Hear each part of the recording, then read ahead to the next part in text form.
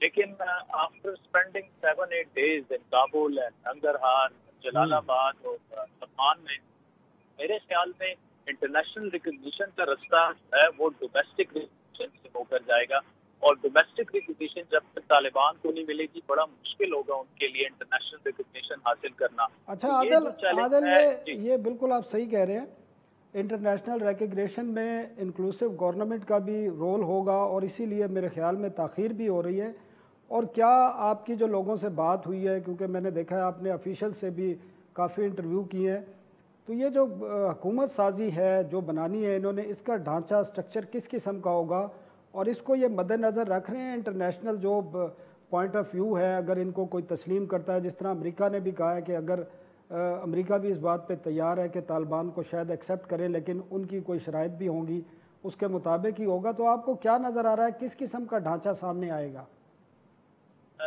دیکھیں، جہاں تک ہماری کچھ انٹرویوز اور کچھ of the record discussion Taliban کی لیڈرشپ سے ہوئی ہے افغانستان میں، اس سے جو مجھے لگ رہا ہے وہ یہ ہے کہ انکلوسیو گورنمنٹ طالبان بنائیں گے تو صحیح، لیکن انکلوسیو گورنمنٹ کی ڈیفینیشن طالبان اپنے طور پر کر رہے ہیں، اور جو انکلوسیو گورنمنٹ انٹرنیشنل کمیونٹی چاہ رہی ہے اس طرح کی ہوتی مجھے نظر نہیں آ رہی۔ اور میں اس کی آپ کو وجہ بتاتا ہوں کہ طالبان یہ سمجھتے ہیں کہ انکلوسیو گورنمنٹ کا مطلب یہ ہے کہ افغانستان میں جتنی قومیتیں ہیں ان پر مشتمل ایک حکومت بنائی جائے جس میں تاجک ہوں، ازبک ہوں، ہزاراز ہوں۔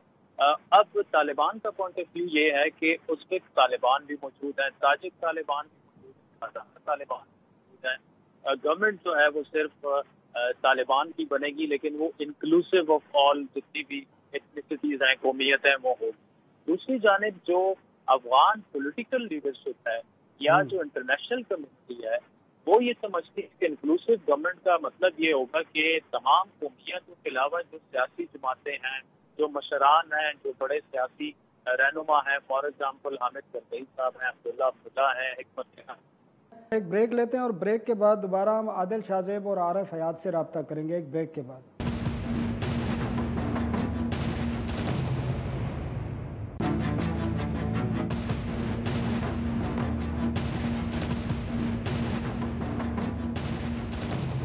ویلکم بیک ناظرین، ہمارے ساتھ کابل سے عارف حیات موجود ہیں، ہمارے نمائندہ ہیں پشاور سے، اور یہ آج کل کابل میں موجود ہیں۔ عارف، آپ ہمیں سن سکتے ہیں؟ جی بالکل سن رہا ہوں۔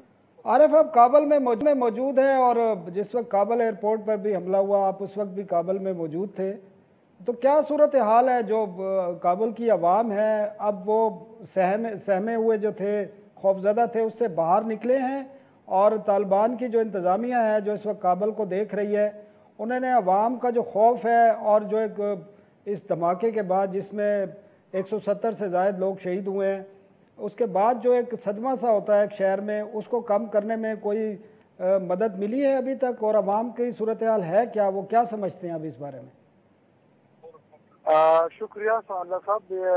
جب یہ واقعہ پیش آئے نا تو وہ جمعرات کا دن تھا، اور کافی زیادہ اس سے کابل کے عوام میں خوف و ہراس پھیل گیا تھا، لیکن اس طرح کے جو سانحات ہو رہے ہیں کابل میں تو یہ کوئی پہلا سانحہ نہیں ہے افغانی عوام کے لیے، کابل کے شہریوں کے لیے۔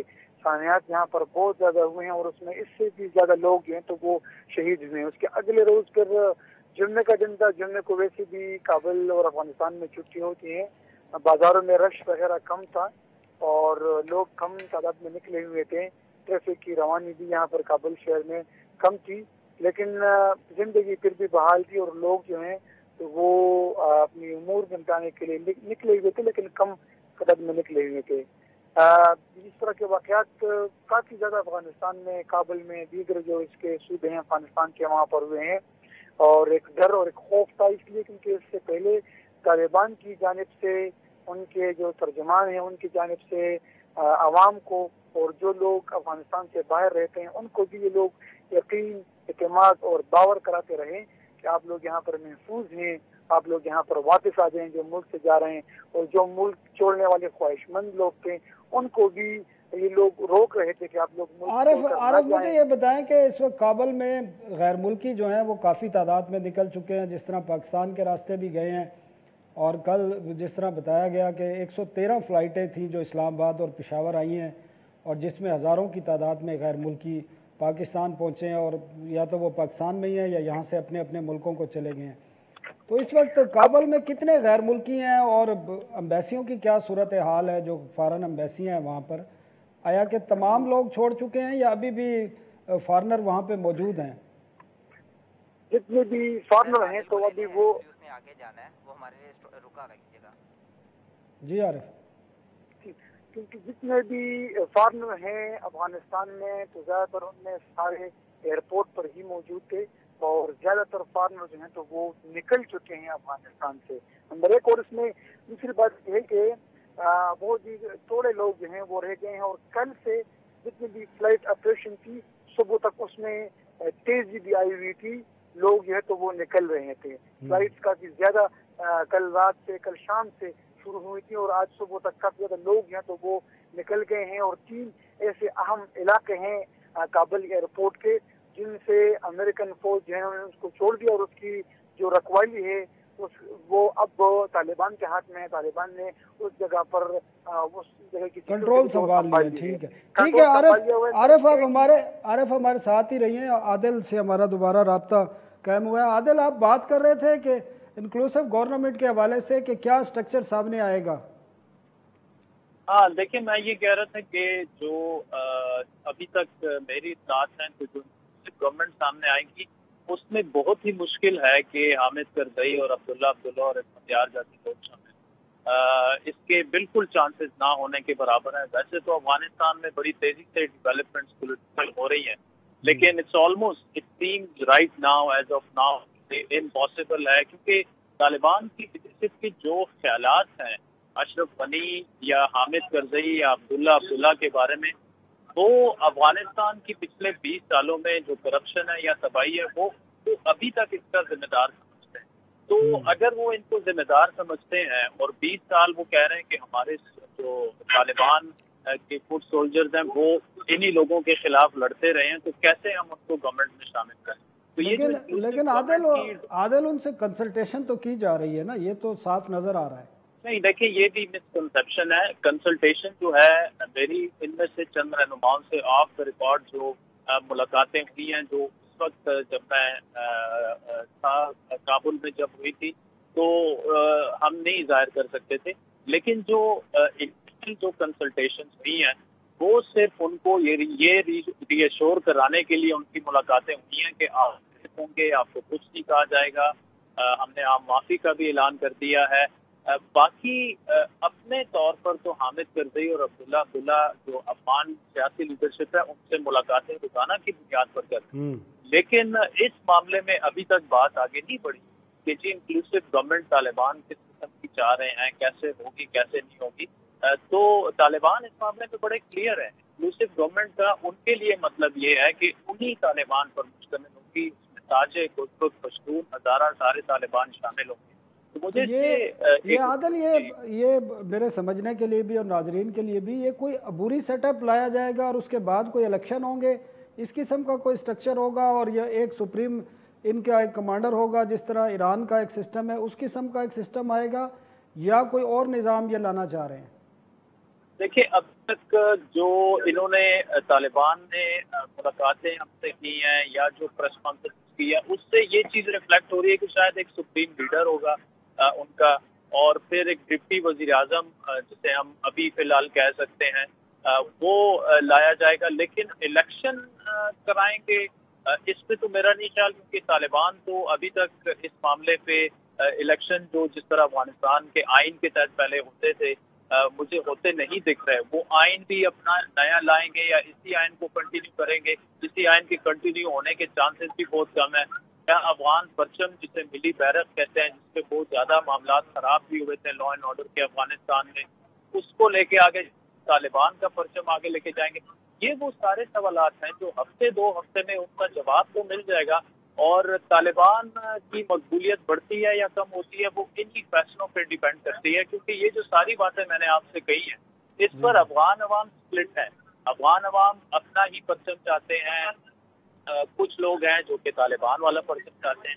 لیکن افغان عوام اپنا آئین بھی وہی کنٹینیو رکھنا اچھا چاہتے عادل، ہیں۔ آپ نے جو باتیں کی ہیں اس سے مجھے نظر یہ آ رہا ہے، جو سمجھ آئی ہے بات، کہ آئین بھی یہ خود بنائیں گے اور پارلیمنٹ بھی کوئی نہیں ہوگی، جب الیکشن نہیں ہوں گے تو پارلیمنٹ بھی نہیں ہوگی، تو سسٹم اب آپ یہ بھی کہہ رہے ہیں کہ 2 ہفتے کے اندر یہ چیزیں کلیئر ہوں گی، میں ٹھیک سمجھاؤں اس بارے میں؟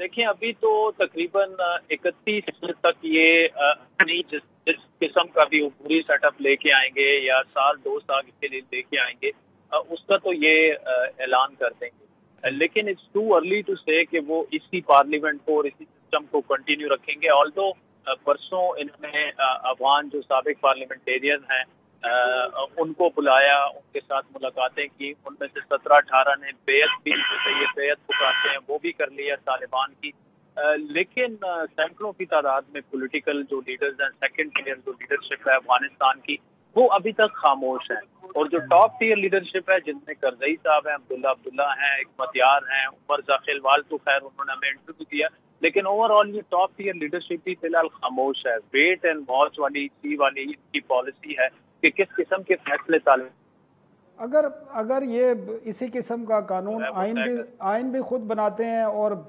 ایسا سسٹم بھی نہیں لاتے کہ جس میں پارلیمنٹ ہو اور الیکشن ہو، تو پھر دنیا ان کو تسلیم کس طرح کرے گی طالبان کو؟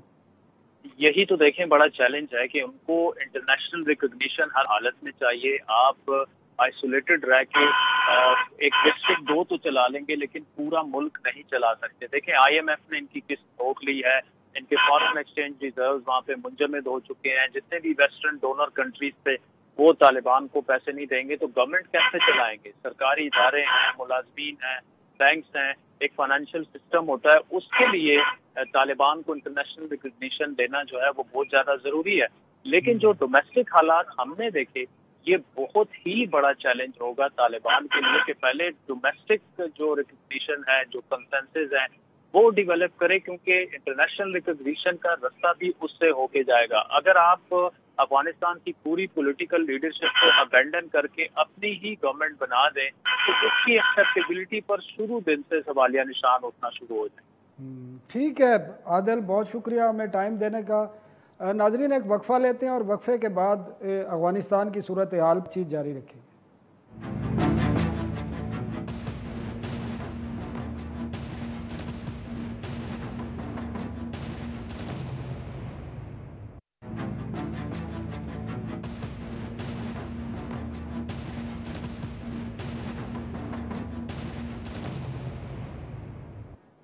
ویلکم بیک ناظرین، ہمارے ساتھ دفاعی تجزیہ کار امجد شعیب صاحب بھی موجود ہیں۔ امجد صاحب بہت بہت شکریہ ہمیں ٹائم دینے کا۔ امجد صاحب، افغانستان کی صورتحال لمحہ بہ لمحہ بدل رہی ہے اور کابل میں جو حملے ہوئے ہیں اس کے بعد امریکہ نے ڈرون اٹیک بھی شروع کر دیے ہیں داعش کے خلاف۔ اس کے ساتھ ساتھ پینٹاگون نے کہا ہے کہ اس قسم کے جس طرح کابل ایئرپورٹ پر حملہ ہوا، مزید حملوں کا بھی خدشہ ہے اور صورتحال جتنے بھی غیر ملکی تھے ان کو نکال بھی لیا گیا ہے، کچھ لوگ ابھی بھی موجود ہیں اور پاکستان بھی اس سلسلے میں بھرپور تعاون کر رہا ہے۔ DGISPR کی پریس کانفرنس میں بھی جو پاکستان کا موقف تھا، خاص کر سرحدی صورتحال کے حوالے سے جو باقی ایشوز ہیں وہ بڑا کلیئر بیان کر دیا گیا، اور بھارت کے حوالے سے جو گزشتہ 20 سال وہاں پر بھارت NDS اور جو وہاں اس وقت کی افغان حکومت تھی پاکستان کے خلاف جو ایک پراکسی اور ٹیررزم کے جو سرگرمیاں ہوتی رہی ہیں وہ بھی کل ایکسپوز کی ہیں DGISPR نے۔ تو امجد صاحب، آپ کیا سمجھتے ہیں کہ اب جو صورتحال ہے افغانستان میں، اس آپ کو مستقبل کیا نظر آ رہا ہے؟ ایک تو افغانستان کی صورتحال کے حوالے سے اور پاکستان کو جو ایک ریلیف ملا ہے جو پاکستان کے خلاف بھارت وہاں بیٹھ کے کر رہا تھا، اور اب وہ صورتحال تبدیل ہوئی ہے اور پاکستان کے لیے ایک ریلیف ہے، اس کو کہہ سکتے ہیں کہ پاکستان میں اب اس قسم کی سرگرمیاں نہیں ہوں گی، لیکن پاکستان اب بھی تیار ہے، TTP بھی ہے وہاں پر، وہ بھی فرار اختیار کر رہے ہیں تو پاکستان میں حملے ہو سکتے ہیں۔ تو پاکستان کی تیاری کو آپ کیسے دیکھتے ہیں جس طرح DGISPR نے بھی کہا ہے؟ بسم اللہ الرحمن الرحیم۔ دیکھیں، تیاری تو بالکل ہے، اور اگر آپ کو اندازہ ہوتا ہے کہ کسی حد تک امن ہے ہمارے ملک میں، دہشت گردی بہت حد تک کم ہوئی ہے۔ اب صرف وہ ہمارے فاٹا میں کبھی کبھار کوئی واقعہ یا بلوچستان میں دور دراز علاقے میں کوئی واقعہ ہو جاتا ہے لیکن آپ کے شہر پرامن ہے، تو یہ اسی وجہ سے ہے کہ آپ کی ایک تیاری، آپ نے محنت کی. آج آپ کا جو سیکیورٹی نیٹ ورک ہے وہ بڑی حد تک آپ کا افیکٹو ہے، پھیلا ہوا ہے. پھر آپ نے فینس دیکھا کہ ہم نے فینس لگائی بارڈرز پہ، اس کے ساتھ ساتھ وہاں پہ فورٹس بنے ہیں، ٹروپس بھی ڈپلوائے کیے ہیں. تو یہ ایک ایسا آپ نے حصار بنا لیا ہے جس کے اندر آسان نہیں ہے کہ دشمن آ کے آپریٹ کرے. لیکن جو آپ نے تمہید میں جو بات کی، افغانستان میں طالبان کے آ جانے کے بعد اصولاً تو یہ ہونا چاہیے کہ اب وہاں سے کوئی بھی دہشت گرد آپریٹ نہ کر سکے. جیسے کہ طالبان نے ایک گارنٹی دی ہے اور انہوں نے جو امریکہ کے ساتھ ایگریمنٹ کیا اس میں واضح لکھا ہے کہ ان کی سرزمین کسی کے خلاف استعمال نہیں ہوگی. لیکن ایشو یہ ہے کہ کیا امریکہ، بھارت یہ واقعی مخلص تھے کہ افغانستان میں امن آئے اور امن ہم قائم کر کے جائیں، یا یہ کہ ان کو پتا تھا کہ پیچھے ایک سول وار ہوگی، ہم نکل جاتے ہیں اس طرح یہ لڑتے مرتے رہیں اور یہ خطہ پورا جو ہے وہ ڈیسٹیبلائز رہے. میرا اپنا اندازہ ہے کہ ان کی کوشش یہی تھی کہ یہ اسٹیبلٹی یہاں نہ آئے، ٹیررزم رہے، سول وار رہے. اور ان کو سب سے زیادہ جو دکھ ہوا ہے وہ اسی بات کا کہ یہ تو طالبان فٹافٹ قابض ہو گئے اور وہاں پہ کوئی جنگ بھی نہیں ہوئی، کوئی مار دھاڑ نہیں ہوئی. اس کی بنیادی وجہ جو میں یہ کہہ رہا ہوں وہ یہی ہے کہ امریکہ کبھی بھی نہیں چاہے گا کہ 20 سال جہاں اس نے جنگ لڑی، پیسہ بے پناہ خرچ کیا، اور اگر وہاں امن قائم ہو جاتا ہے تو امریکہ پلیٹ میں رکھ کے اپنی محنت جو ہے وہ پکڑا جائے ان کو، چائنا کو. وہ تو نہیں ہوگا. وہ تو یہی چاہیں گے کہ بھئی چائنا نے اگر ادھر آنا تھا تو وہ کسی طرح رک جائے، اور روکنے کا طریقہ یہی ہے کہ امریکہ اپنا خرچہ بند کرے، وہ نکل جائے یہاں سے، لیکن پیچھے انتشار چھوڑ جائے. اور پھر جب اچھا 20 سال یہاں پہ بھارت اور آپ یہ امریکہ سمجھ کے رہے 20 ہیں کہ سال یہاں رہے ہیں. ابھی بھی امریکہ کی کوشش ہوگی کہ افغانستان میں انتشار اور سول وار ہو؟ جی میں وہی وضاحت دینے لگا ہوں کہ 20 سال میں امریکہ اور بھارت نے وہاں پہ بے شمار لوگ ہیں جن کو خود ٹرین کیا، تیار کیا، ان کی ذہن سازی کی، اور وہ ان کی پراکسیز وغیرہ موجود ہیں جن کو عمروں سے یہ پیسہ کھلاتے رہے. آج بھی ان کے منہ کو یہ لگا ہوگا، وہ ان کے لیے کام کرنا چاہیں گے، پیسہ لینا چاہیں گے. صرف صورتحال یوں بدل گئی کہ پہلے وہ بھارت کے قونصل خانے جو تھے یہاں پہ ان میں جاتے تھے، وہاں سے ہدایات لیتے تھے اور وہاں سے پیسے وصول کرتے تھے. اب ان کو ہدایات جو ہیں وہ کسی اور ذریعے سے ملنی شروع ہوں گی، پیسہ کسی اور ذریعے سے آئے گا. وہ یورپ سے آئے، وہ ابو دھابی سے، دبئی سے آ جائے، مڈل ایسٹ یا گلف اسٹیٹس میں سے کسی سے بھی آ جائے، وہ طریقہ کار بدلے گا، تھوڑا رستہ بدلے گا اور وہ چیز کو سیٹل ہوتے کچھ دن لگ جائیں گے اور پھر کام شروع ہوگا. کیونکہ جب یہ افغانستان ڈیسٹیبلائز ہوگا تو پھر بھارت وہاں سے پاکستان کے خلاف ٹیررزم کرانا چاہے تو وہ بھی کر، کیونکہ جب ایک ڈیسٹیبلائز علاقہ جو ہے اس پہ اوپر حکومت کی پوری رٹ نہیں ہوتی، وہ پورے ملک کے اوپر رٹ نہیں ہوگی طالبان کی، تو جہاں جہاں رٹ نہیں ہے وہاں پہ کوئی نہ کوئی دہشت گردی کے کوئی اڈے بن جائیں گے، وہاں سے کوئی چیزیں شروع ہو جائیں گی.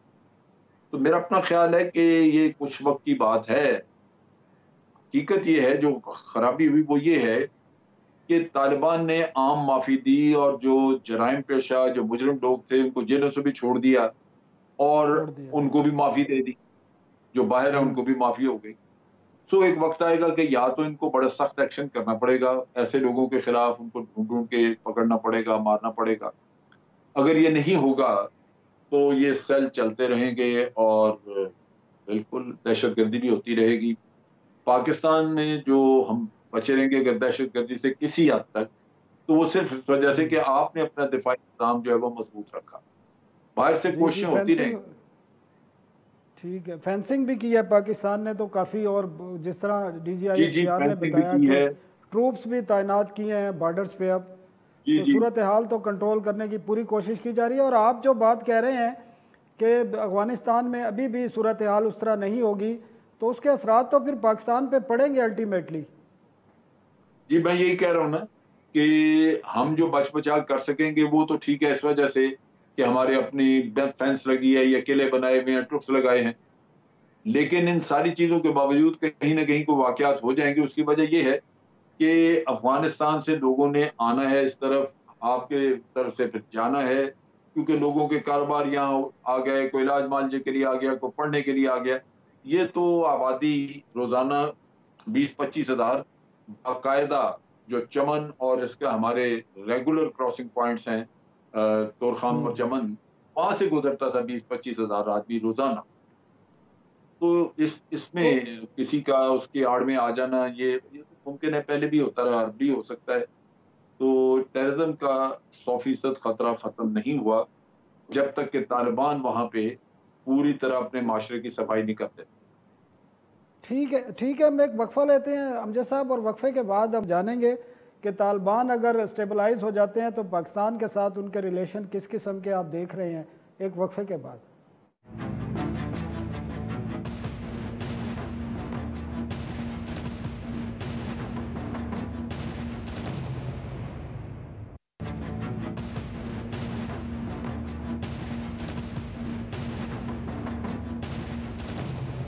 Welcome back. ناظرین، ہم کابل چلتے ہیں. عارف حیات ہمارے نمائندے موجود ہیں.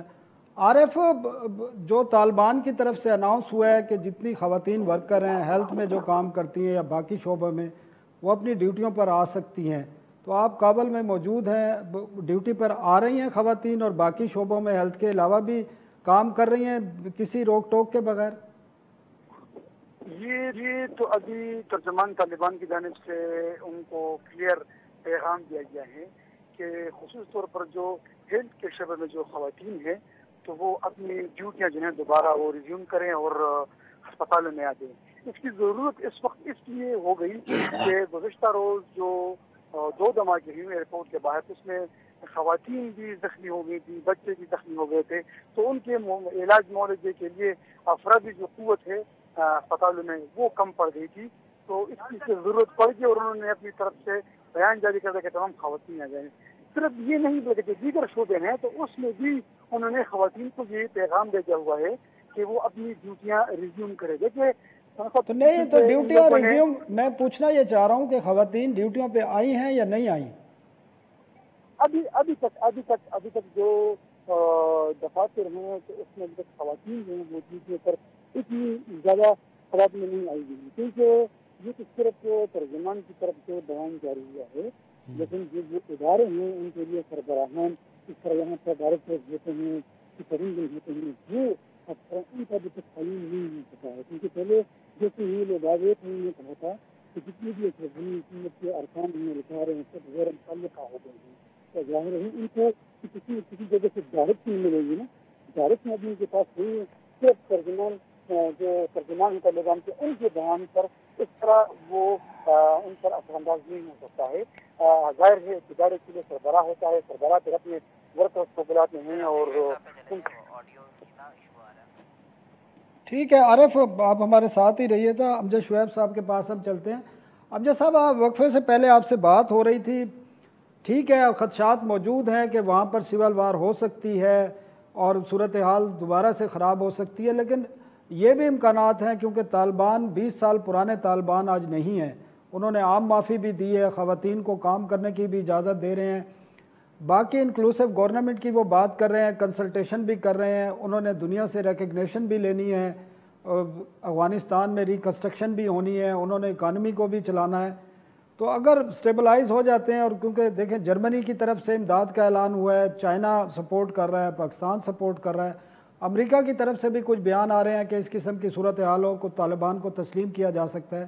اگر یہ سٹیبلائز ہوتا ہے تو آپ کیا سمجھتے ہیں پاکستان اور طالبان کی حکومت کے جو ریلیشن ہے اس کو کیسے دیکھتے ہیں، اور پاکستان کا فیوچر کیا دیکھتے ہیں؟ کیونکہ افغانستان میں گزشتہ اگر دیکھیں تو 40-45 سال سے یہی صورتحال ہے، اور پاکستان ہمیشہ کہتا رہا ہے کہ افغانستان میں اگر امن ہوگا تو سب سے زیادہ فائدہ پاکستان کو ہوگا.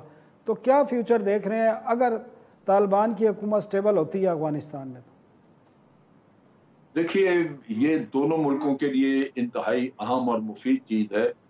اس کا فائدہ افغانستان اور پاکستان دونوں کو ہوگا. آپ دیکھیے کہ افغانستان مکمل طور پہ ڈیپینڈنٹ ہے پاکستان کے اوپر اپنی تجارت کے لیے، اپنی امپورٹس کے لیے. ہمارا انفراسٹرکچر سارا وہ استعمال کرتے ہیں. پھر بہت ساری اور چیزوں میں، صحت کے معاملے میں ہمارے ہاسپٹل استعمال کرتے ہیں، ہمارے تعلیمی ادارے بھی استعمال کرتے ہیں، خاص طور پہ پشاور یا KPK میں جو ہیں. ان چیزوں کے باوجود جو پچھلی حکومت تھی اس کو ہوسٹیج بنایا ہوا تھا بھارت نے، یا یوں کہہ لیجئے کہ وہ بھارت کے پراکسی بن چکے تھے، اور بالکل اپنے ایسے ہی تھا۔ ملک کے مفادات کو دیکھنے کی بجائے وہ بھارت کے مفادات کے لیے کام کرتے رہے. پھر بھارت نے بڑی چلاک ہوشیاری سے انہوں نے بڑا پیسہ لگایا، ایک تو لیڈرز خریدے، دوسرا پبلک میں بھی پیسہ لگا کے تو اپنا سافٹ امیج اور پاکستان کے بارے میں ان کو یہ باور کرایا کہ افغانستان کا جو بھی مسئلہ، جو پرابلم، جو تکلیف افغانستان میں ہے کسی کو، اس کا ذمہ دار پاکستان. نتیجہ یہ کہ عام آدمی پبلک میں بڑی نفرت، پاکستان کے خلاف کافی نفرت پائی جاتی تھی. کوئی اس کو ریشنلائز نہیں کرتا تھا، اپنی سوجھ بوجھ عقل استعمال نہیں کرتا تھا، صرف ایک نیریٹو جس کو اپنایا ہوا کہ جی پاکستان نے یہ کیا. تو یہ چیز جو ہے یہ تو ذرا تھوڑا مشکل سے نکلے گی، آہستہ آہستہ کر کے لوگوں سے ذہن سے یہ چیزیں جائیں گی، لیکن یہ اس کے لیے وقت چاہیے، اور اس وقت کے لیے بھارت کا پروپیگنڈا وہاں پہ اور بھارت کی جو ریچ ہے وہ وہاں پہ کنٹرول کرنے کی ضرورت ہے. جہاں تک رہا طالبان کا، طالبان جو ہیں وہ پاکستان کے ساتھ اچھے تعلقات چاہیں گے. ان میں سے کئی لوگوں کی فیملیز وغیرہ یہاں پہ ہیں. پھر یہ ہے کہ طالبان کو ہم سے کوئی خاص کوئی ایسی شکایت نہیں، کوئی تکلیف نہیں رہی. شروع دن کی پہلے کی شکایات ہیں جب جنرل مشرف کے وقت میں ہم نے امریکیوں کا ساتھ دیا، لیکن اس کے بعد سے پھر ہم نے ان لوگوں کو ان کے حال پہ چھوڑا ہوا تھا، ہم نے کوئی ان کے راستے میں رکاوٹ نہیں ڈالی. تو اس لحاظ سے طالبان جو ہیں ان کو کوئی ہم سے ایسی شکایت نہیں جو کہ وہ دشمنی کی شکل اختیار کرتے ہیں. پھر امجد یہ صاحب کہ ٹائم چائنا کم ہے، اور ایک آخری پاکستان، سوال ہے آپ سے. امجد صاحب ٹائم کم ہے، آخری سوال ہے. جو پاکستان کا دوست ملک بھی ہے، سب سے قریب ملک ہے چائنا، وہ اس صورتحال میں طالبان کو سپورٹ کر رہا ہے، اور انہوں نے واضح طور پر اناؤنس کیا، ان کے فارن آفس نے بھی کیا ہے، اور وہ اناؤنس کر رہے ہیں. تو چائنا کے کیا انٹرسٹ ہیں؟ آپ کو پتہ ہی ہے چائنا کا زیادہ انٹرسٹ یہی ہوتا ہے کہ ٹریڈ ہو، ڈیولپمنٹ ہو. تو چائنا کس طرح دیکھ رہا ہے اس تمام صورتحال کو آپ کے خیال میں، اور ان کے انٹرسٹ کیا ہیں؟